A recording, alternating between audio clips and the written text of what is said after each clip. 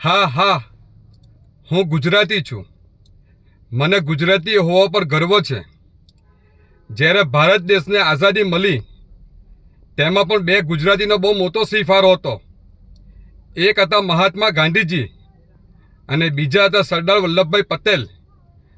અને આજે પણ આપણા દેશમાં જે રાજ કરે છે એમાં પણ બે ગુજરાતી જ છે. એક આપણા વડાપ્રધાન શ્રી નરેન્દ્રભાઈ મોદી સાહેબ અને બીજા છે અમિતભાઈ શાહ.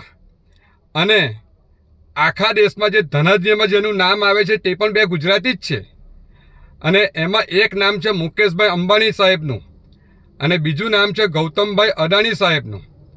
અને ગુજરાતી એટલે જે હિલ સ્ટેશન પર પણ બરફ વેચી આવે, અને ગુજરાતી એટલે જે રણમાં પણ પોણો વેચી કાઢે. એટલે મને ગુજરાતી હોવા પર ગર્વ છે. અને હા હા, હું ગુજરાતી છું. હા હા, હું ગુજરાતી છું.